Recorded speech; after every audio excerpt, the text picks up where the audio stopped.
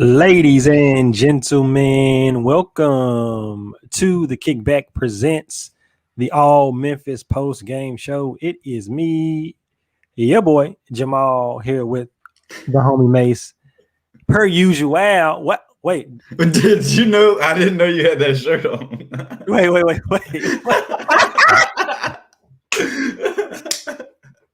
And we ended Black History Month with a bang, huh?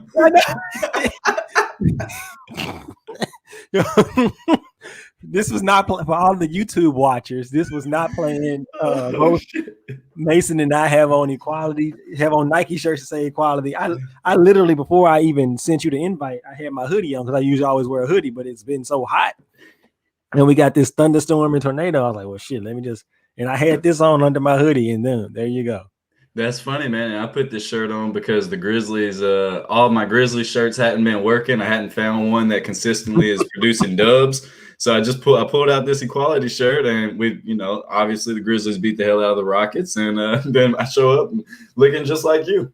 Wow, that is in sync, man, in sync, and you ain't talking Justin Timberlake. What's going on, man? Everything good? Which is like we said off there. It was a good Sunday. It's a good way to go into the week, right? Memphis winning at Cincinnati for the first time in a billion years. Last 7 attempts we had lost. I think it was 2007 is what they said the last time we won. My boy Josh couldn't get it done. He couldn't get it done during his tenure here. Yeah, and Tubby couldn't. And then the Grizzlies avenged one of their worst losses of the season, go into Houston and just absolutely embarrass the Rockets. I mean, that's one of the worst performances I've ever seen. And I've seen a lot of bad basketball games. This in the grand scheme of things, both the Tigers and the Grizzlies won today. Neither game was really pretty. The first half, well, I won't even say the first half. The first quarter and a half of that Grizzlies game, I was like, what am I watching? It was terrible. And then the Tigers game in itself was just terrible too. Like, Cincinnati is a horrible team. I know they're going through a lot. They lost 3 of their best players, have opted out because of the season and COVID and stuff. But yeah, man. So to break it all down, if you can see on the bottom of the scroller, the Tigers beat the Cincinnati Bearcats 80-74 earlier this afternoon, and the Grizzlies just polished off the Rockets 133-84 about 30 minutes ago.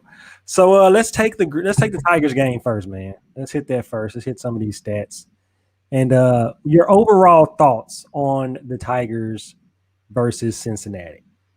Well, I think you're hating on Cincy a little too hard, man. They won like 6 of their last 7. Not the same Cincy from earlier this year. I'm just kidding. They were beating like Tulsa and Tulane and stuff like that. So, but anyways, it was announced shortly before the game that Alo would not be playing. Apparently, he hurt his ankle yesterday in practice, so the Tigers were without their not their starting point guard, but their point guard for all intents and purposes. And Cincinnati came out with their senior starting lineup, and I'm thankful that they did because it allowed Memphis to get off to one of the best starts in recent memory. Two quick threes, 6-0 from Boogie and Nolly, and Cincinnati had to call a timeout and get the seniors the hell up out of there.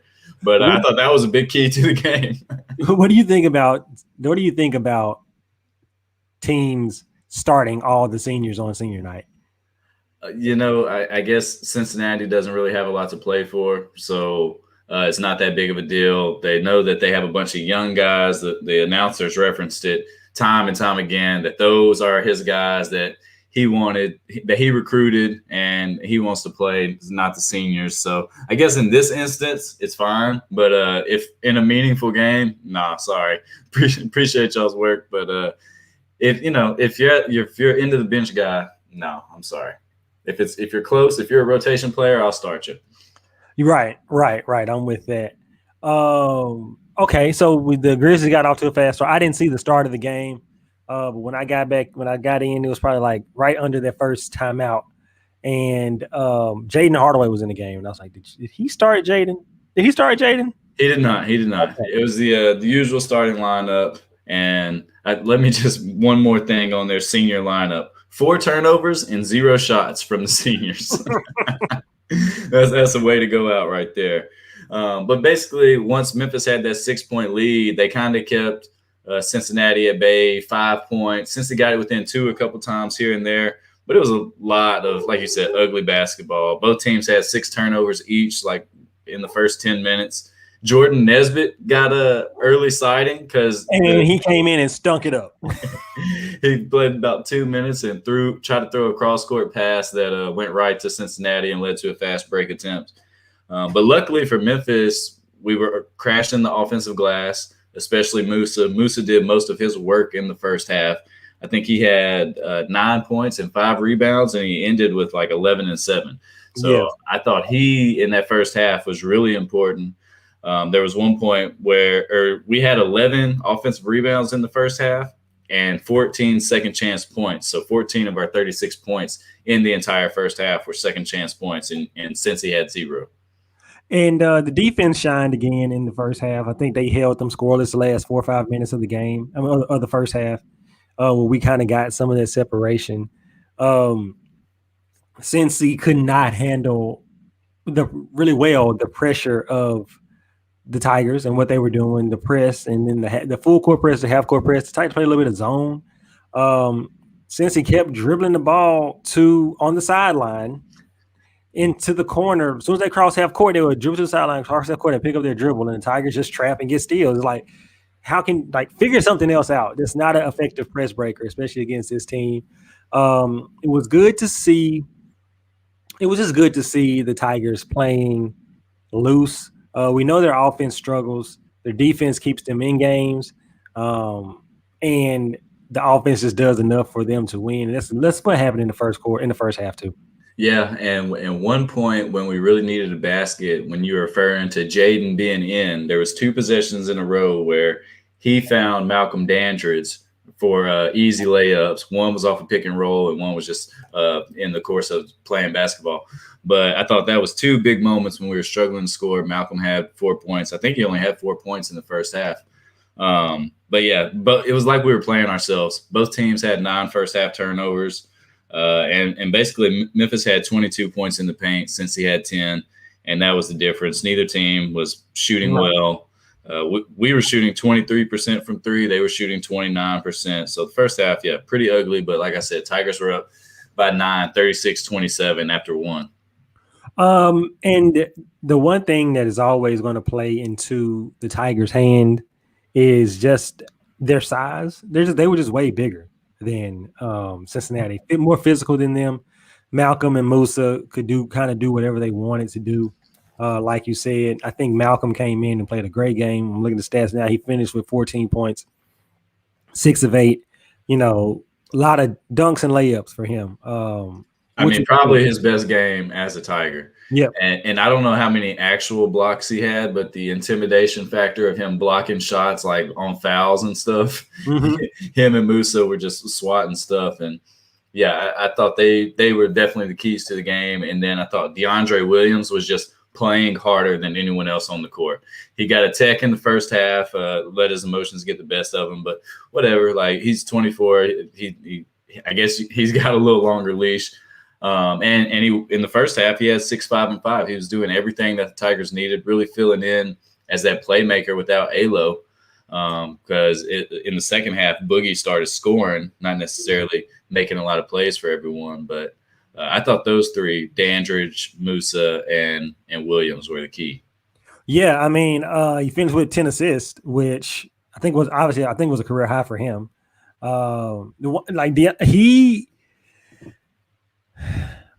He frustrates me from time to time.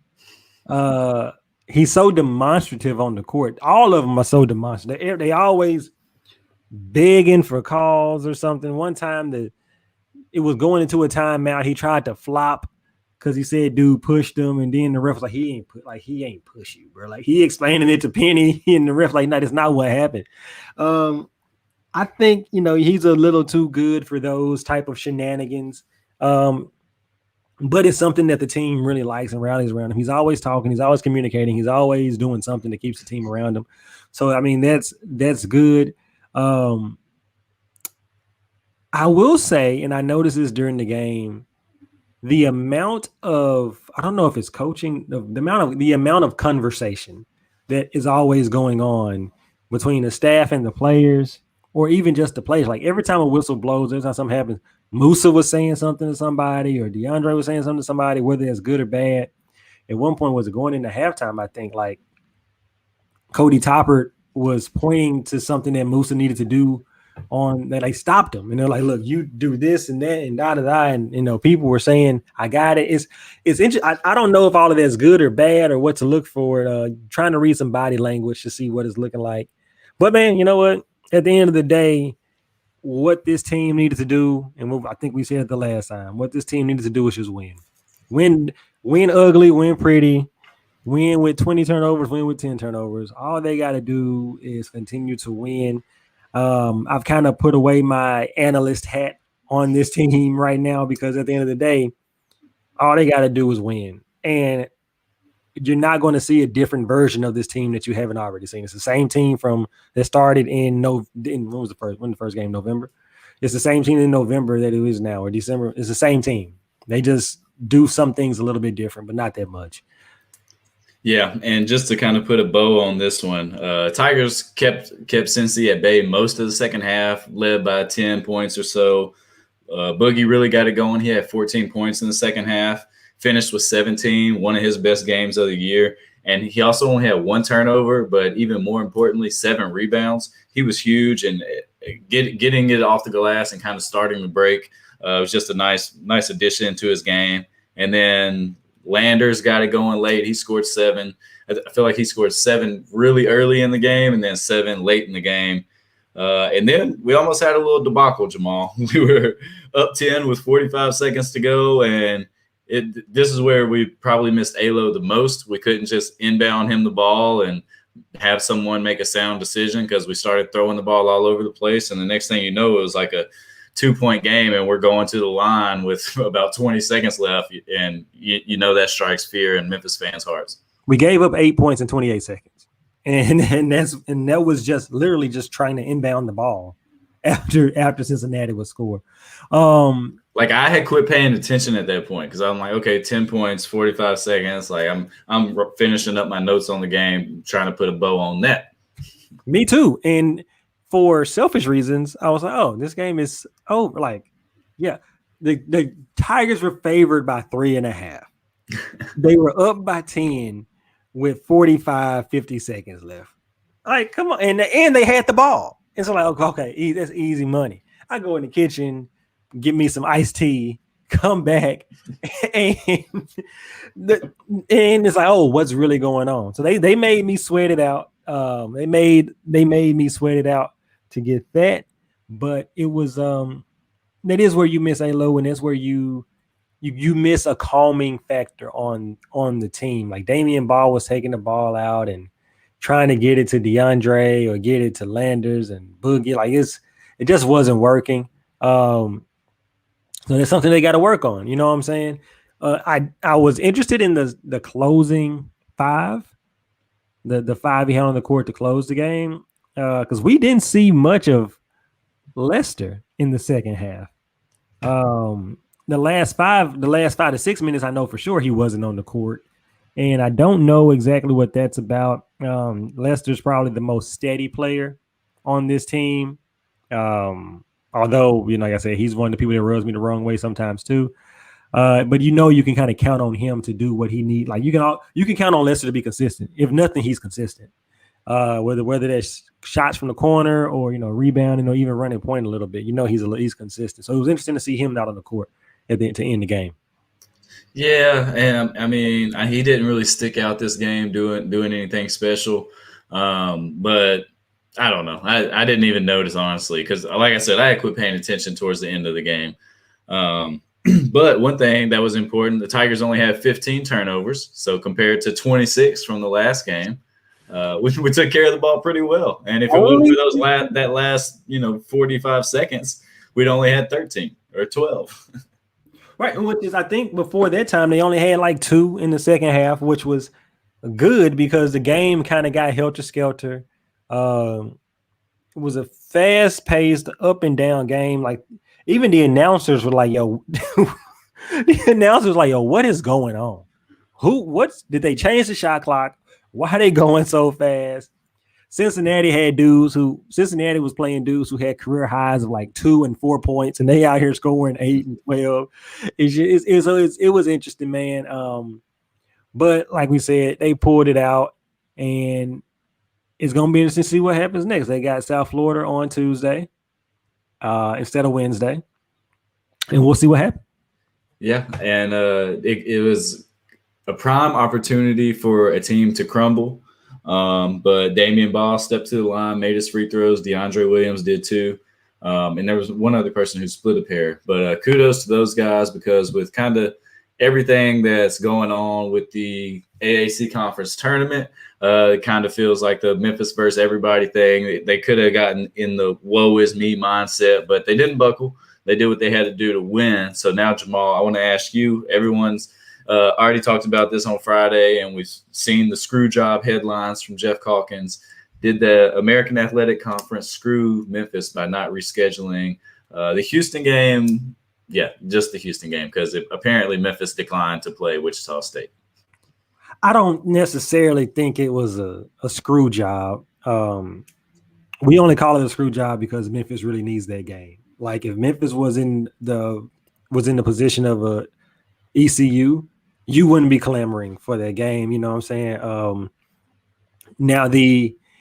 You wouldn't be clamoring to make up that game. Now the fact that they changed the game from Memphis to Houston because of the little rule that everybody voted on before the season started, that if there was a disruption because of COVID, the team that wasn't part of the disruption gets to decide where the game is played. But that's if the game can't be rescheduled. Right. And I guess that's where the Memphis fan beef comes in, is it can be rescheduled, but then the conference in Houston says, but then we will play the better teams more, and we will play more conference games than the other teams. Right. And so, I mean, I don't know if screw job is the word I would use. Like, as a Memphis fan, would you guys want it to be different? For sure. Common sense says play the game. You know what I'm saying? Common sense says play the game, or make Memphis play Wichita. I don't understand why we don't want to do that. I don't see, and so like, I didn't know that Memphis declined to play Wichita. So according to Gary Parrish. So I didn't know that. So like, you really can't be mad at it if you had a chance to play a team and you said, no, I don't want to play this team, and then Houston has a chance to play you, as Houston says, no, I don't want to play them twice. So you just can't do can't do that. You know what I'm saying? Now Houston doing what Houston doing and kind of throwing it in your face and going to schedule Western Kentucky and doing all this other stuff sucks. But yeah, it is what it is. And then a report came out this afternoon that Houston wishes they could add a midweek game next week. Mm-hmm. And well, Memphis isn't playing. But whatever. All of that's just putting salt in the wound. But at the end of the day, man, go out there and win the game. Yeah. Go out. If they're not gonna give you the chance to do it, go out there and win the game, because you don't want to play Houston twice and lose twice. Right. It's gonna hurt. That's not gonna help you at all. So you play them once. You've been a decent road team. Go to Houston. Play them. You match up best with Houston in the conference, so try to win the game. Now, what's going to happen is, will ALO be 100%? Because I don't think that this team is currently constructed can beat this Houston team. Not without a steadying guard like ALO. But, I mean, they do have the talent to. We'll see what happens. They know they can beat them. They beat them last year. I mean, at this point in time, man, all you got to do is just win the game. To me, this defense, you have a chance in any game you go into. And then you just have to take care of the ball first and foremost on your end. But the defense is always going to be there. And, I mean, yes, Houston is probably the best offense, and they got guys who can light it up. But you have defense, you've got length, you've got the size, especially if Malco plays like he did today. And you just got to play to your strengths. And, I mean, it is what it is. Your back's against the wall, but you had the COVID. It's unfortunate. Don't know who had it. Don't know how you got it. But It's just one of those seasons. Like nothing. It's never going to seem like things are going right. No matter what team you're on, no matter how good of a season you're having, like it's always going to feel like people are against you. Maybe they are, maybe they aren't. But you just got to go play the games that you got to control what you can control. Go beat South Florida by 20 points. And then, you got house money in Houston, and then you're getting ready for the conference tournament. Lenardi's saying if we don't beat Houston, there's no chance. I don't know. Maybe you make the conference championship in the tournament. And then you still get in the tournament. Well, I think, and I was thinking about this when he was talking, I am, and how I look at things quite opposite from the Memphis fans' view. Outside of Wichita, have the Tigers beat a tournament team this year? Western Kentucky. Oh no, we lost to them and VCU. So no, I don't think so. So and at most, that's going to be what comes back to bite you, Yeah. Tigers that they hadn't beat. Like they beat Wichita State, and you would love to play them again, just so you can say you beat them twice, and then maybe you get to beat Houston. So you beat, whatever. You got three wins against tournament teams. But yeah, that in order to get to the finals of the conference tournament, you're going to have to end up playing Wichita again at some point anyway. Because that's what it is. Hopefully you don't see Tulsa anywhere in the tournament because the Tigers can't beat Tulsa. Yeah, nothing to do with Frank Haith. Yeah, the more I think about it, yeah, maybe we do need that Houston win to get in. Like the resume is pretty lacking, but right. But yeah, I don't know. The announcer was like, "No, the committee. Why would the committee consider that DeAndre Williams wasn't playing in most of those losses?" And it's like, well, if they're considering everything else, why not? Like that's their job is to take things into consideration of teams that are playing the best basketball, and of course, the resume is a big part of that. So I'm not saying it's not, and I think we're a little more bubble team than maybe some of these guys are giving us credit for, is what I'll say. And I would counter with, does this team look drastically different with DeAndre Williams than without? So we ain't losing. That's true. Not losing. So I believe me, I want the Tigers to make the tournament. As much as I am a Tigers hater, quote unquote, I would like for them to succeed. I'm just more realistic in some ways than some other people, but they need a lot of work needs to be done. But the only thing they can't control a lot of that stuff, man. You go out there and win the games. Like what you don't need to do is end up getting upset by Tulsa in the quarterfinals, or you beat Houston on Sunday, but you lose to Tulsa or SMU in the quarter or semifinals. Like that can't happen. And we've seen that happen before. So handle your business, win the games you're supposed to win, and that's it. Go from there. All right. So like we said, good win in Cincinnati, first win in the last 8 tries. Jamal, who was your player of the game for the Tigers? I am going to go with Malcolm Dandridge. Coming off the bench, Malcolm's been a solid player all year. He kind of put it all together now. One thing about him is one thing he's been doing since his days in high school here in Memphis is takes advantage of the situations that he's in and take advantage of the mismatches. Malcolm has an NBA body, so he just goes and uses it and just does what he does. So 14 points, 3 rebounds. The intimidation factor on defense. So I'm giving it to Malcolm. Yeah, the Malcolm's a good choice, and I'm gonna go with Boogie. 17 points, like I said, 14 of those in the second half, 4 of 8 from downtown, 7 boards, and only 1 turnover. We'll take that. We'll take that all day. Mm-hmm. So shout out to both of those guys. Hopefully getting something going. And with Boogie, you hope that the scoring sticks. We're going to need it, especially in that Houston matchup. And Malco being a presence off the bench, and I mean, just an intimidating factor and dunking things home, much needed. So who do you got as bum of the game? The entire Cincinnati Bearcats program. They are terrible. Terrible. Terrible. I know Memphis' defense speeds teams up and has them playing in a very uncomfortable position, but like some of the stuff they were doing, like it wasn't good. And like I understand they've been hit with COVID and their three best players stepped away. Whether now maybe that might have been because of COVID, it might have been because of the coach. Who knows what they really say? But yeah, this Memphis should have beat this team by more than 6. So I am giving the game to the whole program. Yeah, and I was going with the senior starting lineup. 4 turnovers and no shots. That's a rough way to go out. What about? Did you have a play of the game? I don't think I had a play of the game. It wasn't a lot of exciting plays. Maybe some Malcolm dunks in there. I feel like he's the only one who really had some dunks. But my play of the game is just before halftime. We called a timeout, run a pick and roll, and throw it to Musa rolling down the middle of the lane. And he just kind of throws up some wild shot, and somehow it banks in and goes in.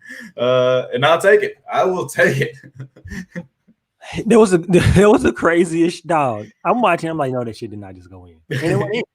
And that's when you were talking about Toppert was talking to him right after. Like, I don't think he did the right thing at all. The ball just happened to go in. Like he couldn't make that shot again if he tried. There was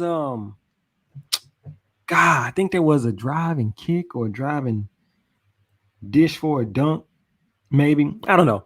I want to say DJ. DJ played 22 minutes and only gave you 3 points. God, I don't know what to do with DJ Jeffries.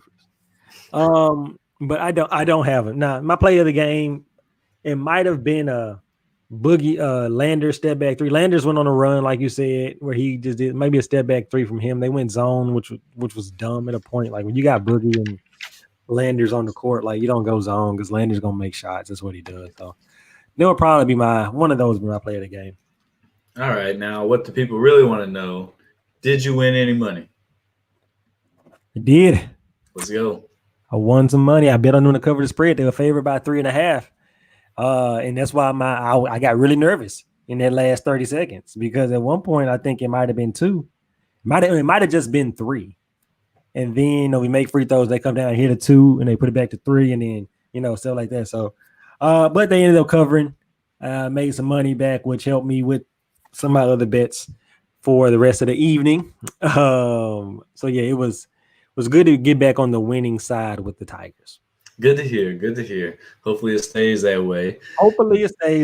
I can imagine that they will probably, if they were 3.5 point favorites against Cincinnati tonight, they got to be at least 5 to 6 point favorites against USF on Tuesday. So I don't know if I'll take that though. I should. But I don't know if I will. I'll see how I feel. Yeah. We'll see how it's going on that day. All right, let's switch on over to the Grizzlies. Switching over.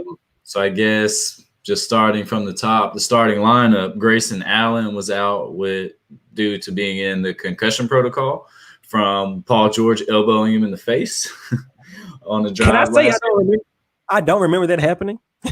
You don't? Because they replayed it a few times, and Pete and Brevin were like, why are they not reviewing this? Like, they review every other elbow right to the face. Because it's Grayson, that's why. Yeah. I might have been doing something, looking at something else. Because the funny thing is, I talked about him on the postgame show. Like, Grayson has to be better.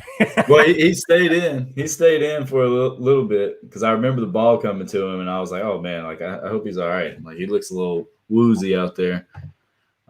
So Desmond Bane started for him. No qualms for me with that. And I thought Desmond Bane will just start the show off with him because there's not a whole lot to talk about. I thought his defense was probably the best we've seen tonight, and maybe that was because the Rockets were the worst team I've seen all year tonight. But I thought his D really stuck out.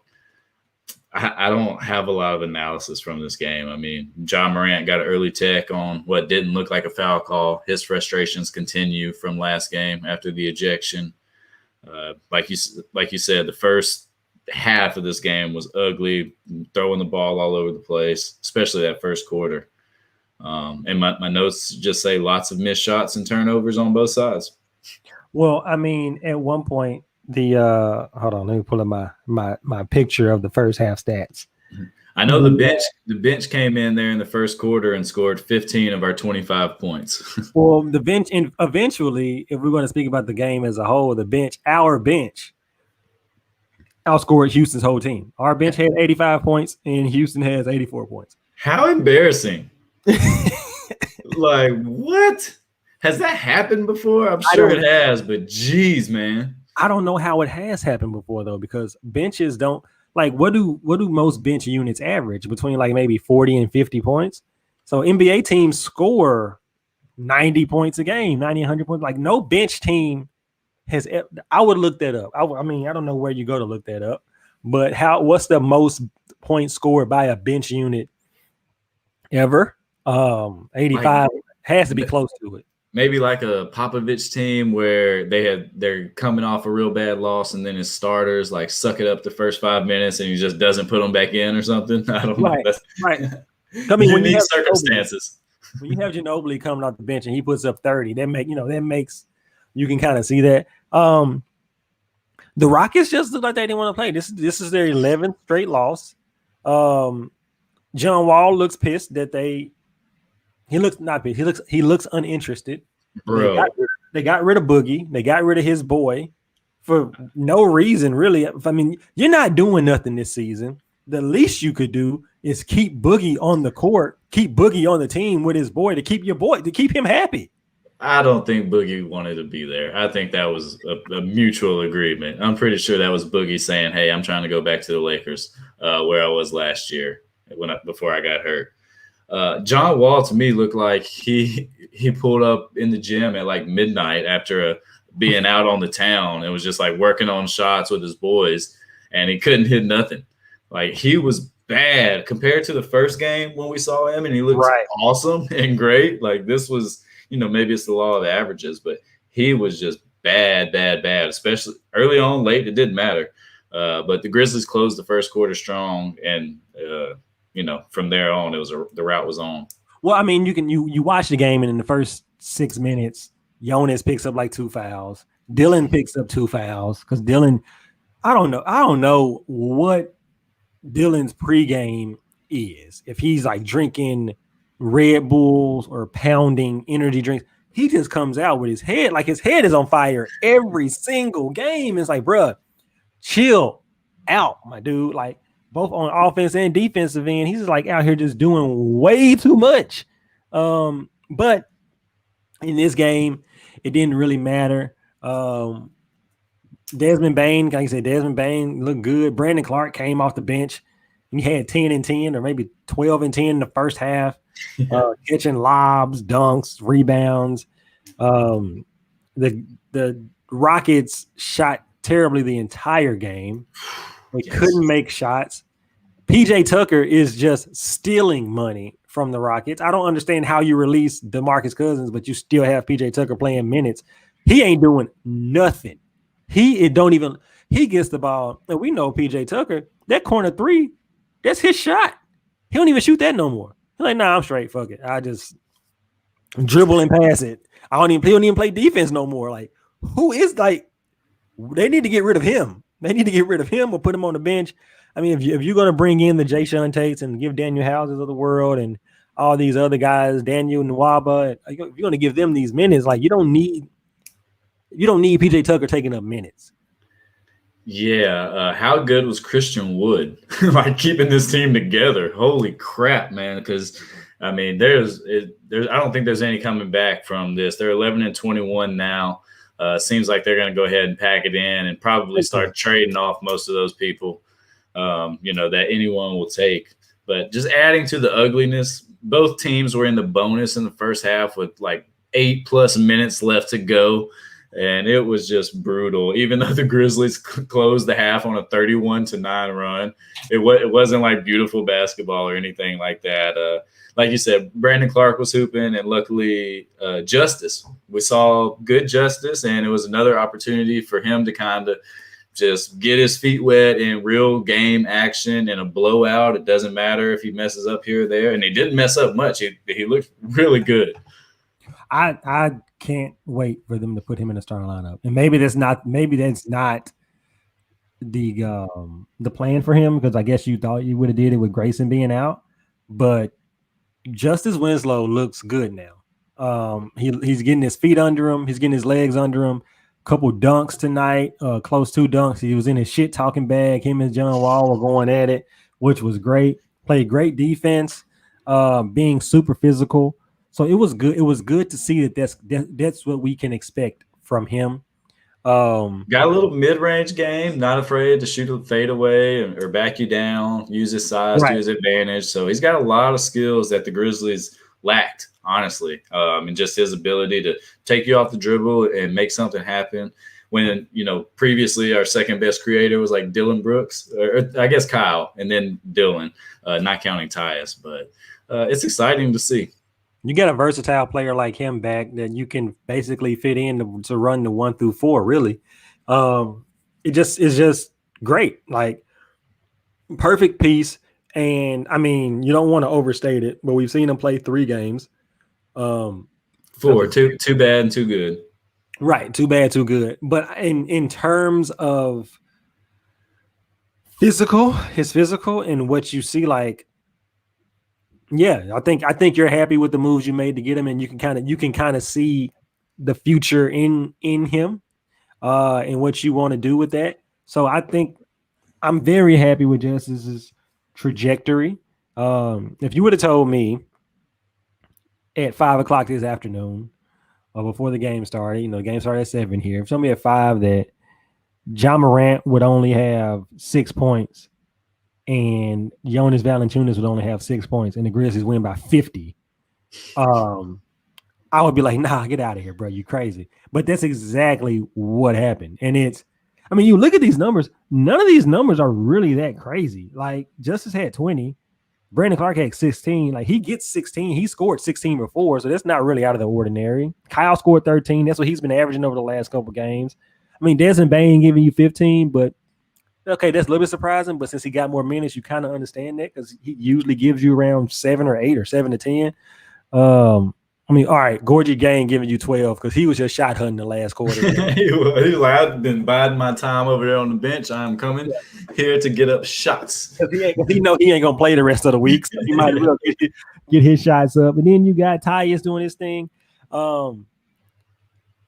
I think we said it after the first Clippers game where DeAnthony didn't play.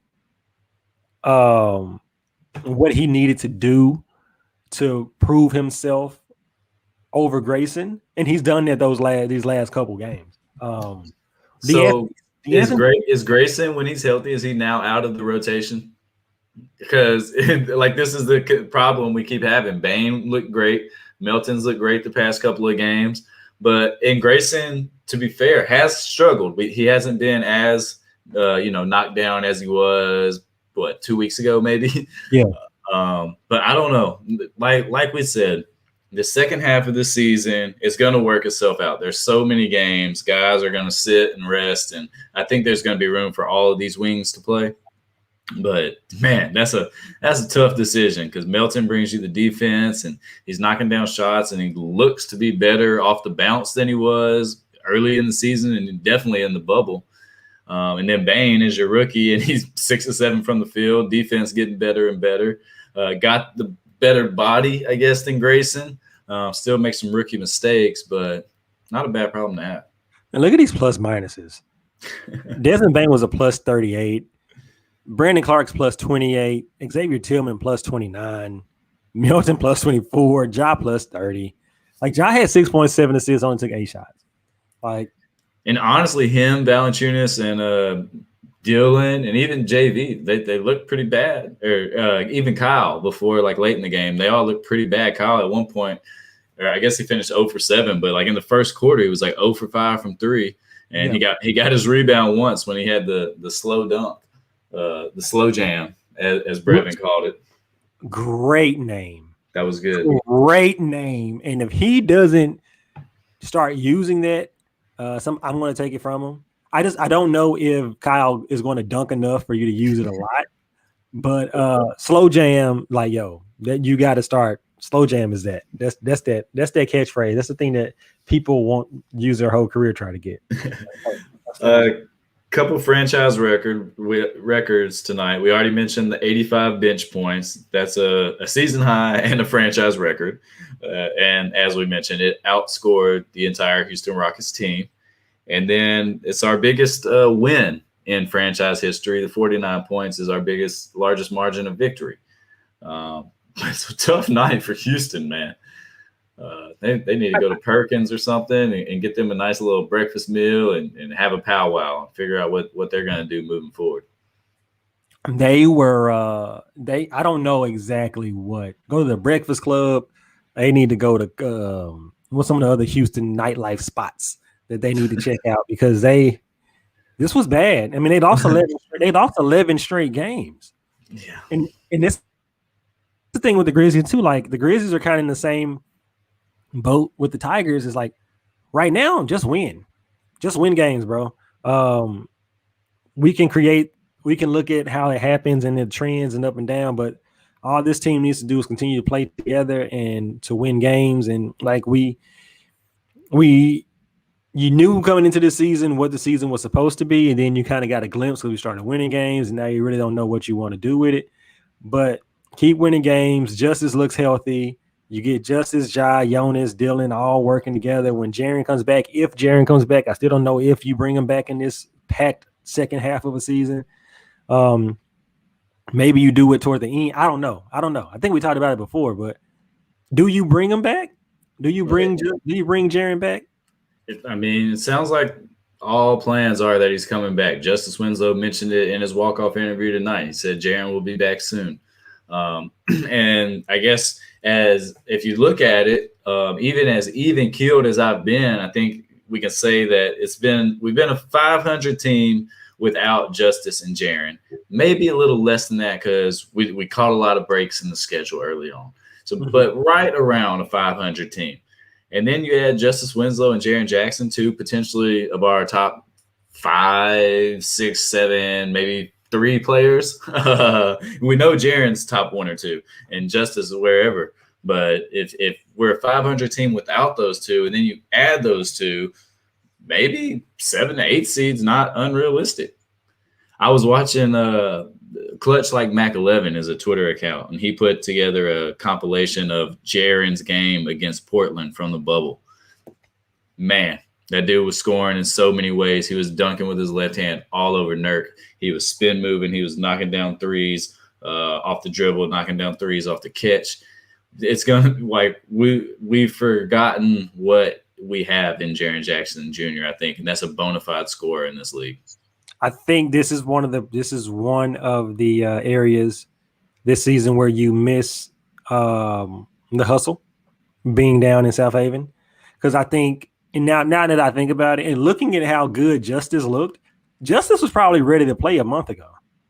I think that they kind of held him back to get him like physically, so where there's not really that much of a drop off, because he looks too good to be coming off an injury the way right now. You know what I'm saying? So maybe Jaren is there, but they just give him a few more time, and so when he comes back, it doesn't look like we're going to have that much of a drop off of that, outside of him getting his game and his game wind back, his NBA energy back. Like, so you wish you had the hustle. Maybe you go to the hustle for one game.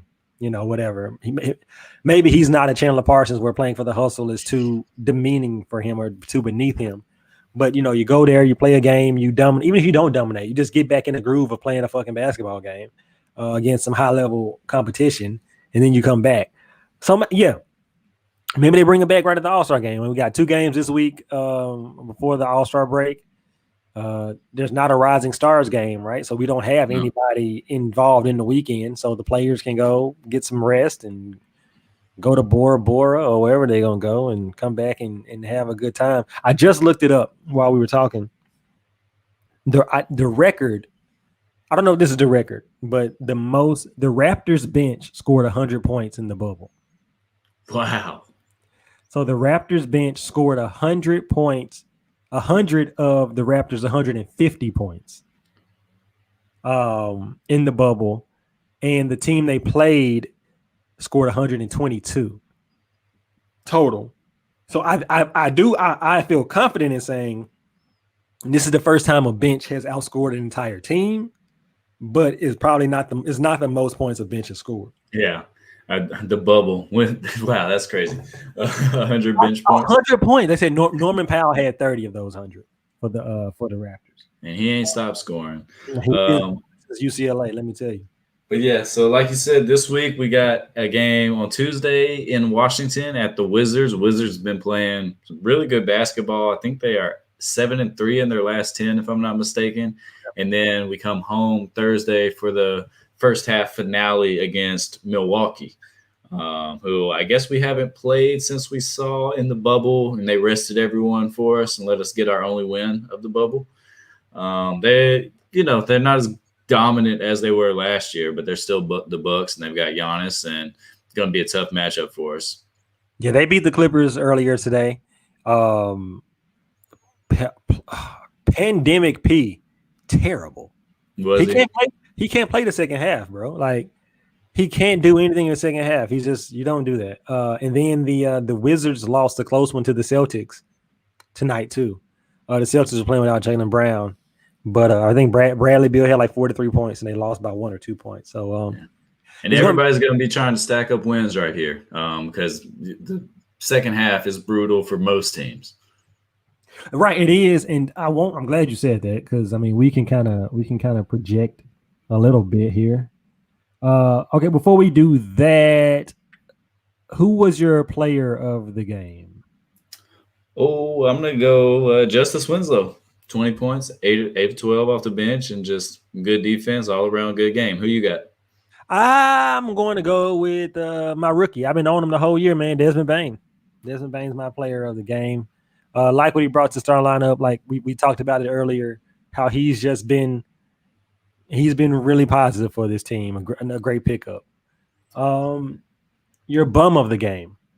Ben McLemore, always and forever. Ben McLemore. Who you got? I can't give it to Ben McLemore. You actually worked with him. I didn't. Oh, okay. All right. That's part of it, because when Ben was with us, he was one of the only players that actually interacted with the ball kid. He would get a ball, kid the ball, shoot, whatever. So Ben's always going to be good with me. But if I had to do a bum of the game, Eric Gordon. Not only because he cost me money, like he does every time he plays the Grizzlies, which I guess is done on my part for still betting, whatever. But for some, we have his number in this new iteration of the Rockets. Or maybe he just don't care that much either. But he didn't look like he wanted to do anything. Matter of fact, forget that. PJ Tucker and Eric Gordon. PJ Gordon. And PJ Tucker shoes, because he got so many of them. Yeah, those are my bums of the game. Your player of the game. Oh, your boy Desmond Bane threw one down. What was that, late in the fourth quarter? Was that the third quarter? I don't know. It was during blowout time, but he threw one down, showed a little athleticism. So I'll go with that one. What you got? This is a defensive play. I'm going to go with Justice's block of Ben McLemore's dunk. Oh, okay. And they called a foul, and they challenged it, and they saw that it wasn't a foul. So I'm going with that. But then Ben McLemore got Justice back a few points. Yeah. So and Justice smacked Eric Gordon's layup attempt off the backboard one time too, and that was nice. Yes, on that. Also on that, when I say do that, there was a point, and I mentioned this before, and this is how you know these college kids watch too much NBA. There was a point, and they can't review it, my guy. They're not going to review that, and you can't call them to review that. What are you doing? Those are the rules of your own game. So yeah, that's what I'm gonna do for that. And did Jamal win? No, I didn't win no money. I should have, I should have bet. The Grizzlies were favored by, I think, 3, 5, something like that. But I did my stats-based bet, and I knew when Jonas picked up those 2 fouls in the first quarter, and it didn't affect the team. I was like, nah, we're not going. Nothing's going to do it. So let me see what I had. I don't even know what I bet. I stopped paying attention after the first quarter to my bets. Well, yeah, and then Jonas came back in. He had his fourth foul with like 9 minutes left in the second quarter. he was up there hacking, and he was complaining too. I'm like, dude, you fouled on all 4 of those calls. Like you fouled him. Oh yeah, this might have been the worst that I've done. Like Kyle Anderson scored over 10 points. He did that. Dylan Brooks over 13. No. Jonas over 12 rebounds. No. Jonas over 10 points. No.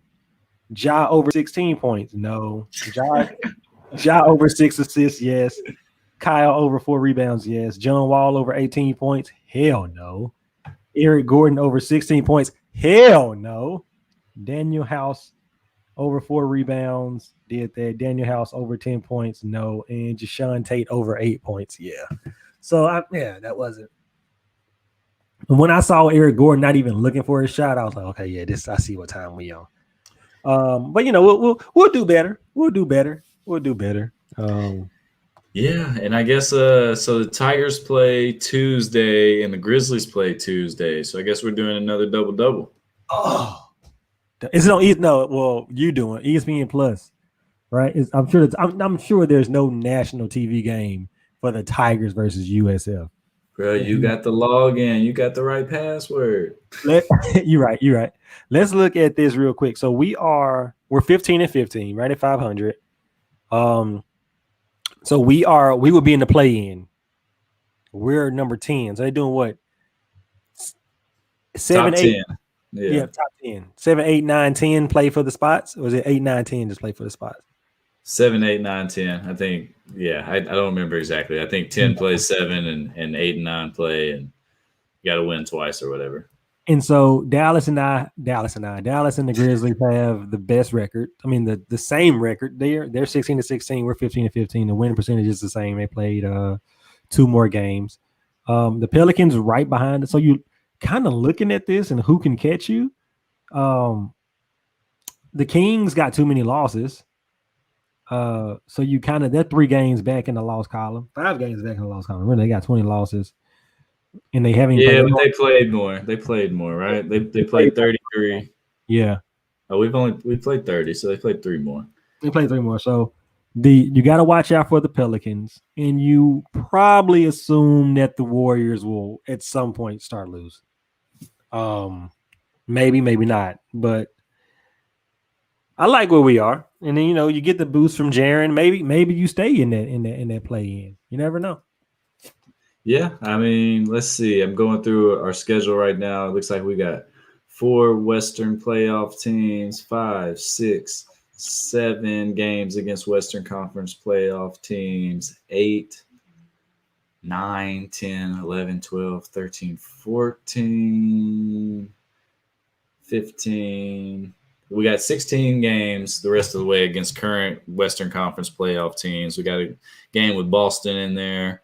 Miami, but for the most part, the East tough schedule is out of the way. We got Boston, Miami, Milwaukee, but in 1 game against Philly. But we're missing Brooklyn. Thankfully, we got those out of the way early. Yeah, it's just, I mean, it's going to be a test of perseverance and who can stay healthy and whose legs are in the best shape. So we got the Lakers game. We got the Lakers out the way. We played them 3 times already. Yep, no Lakers. We probably got 1 more against the Clippers. Yep, 1 more. We got Utah 3 times. 3 times almost back to back to back. I think we haven't played the Warriors yet. We got 3 with the Warriors, 3 with Portland. We got 3 with Portland. Okay, we played the Spurs 3 times already. Played the Suns twice already. We got them 1 more time. Yeah. So I mean Denver a few times in there. And then we got to have another Dallas game. We got several Dallas games. Yeah. Dallas games, yeah. I mean, the games are there. You win, you win, like you said, just win the game, stay healthy, and you'll be in there. So but we got some OKC. Like you said, if Golden State falls off, those are looking much better. So that's 2 with OKC. We got some Minnesota games left to play. Yeah. Atlanta, New York. So some of those Eastern Conference teams that are right at around 500. Atlanta's not.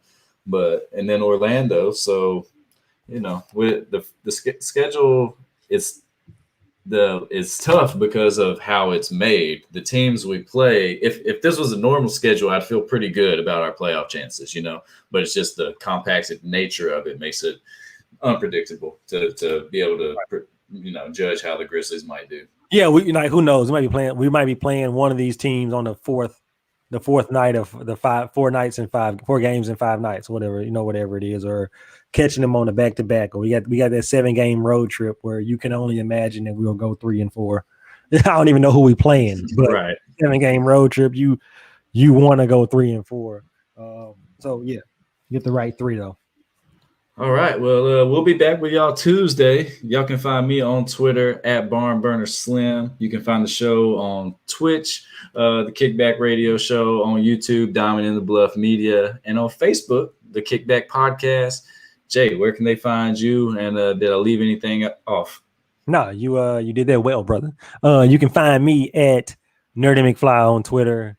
You can find the show on Instagram at _Kickback_podcast. We here after every Memphis Tigers and Memphis Grizzlies game, breaking it down, telling you what we think. And actually, like I said it last time, I'm going to do it tonight.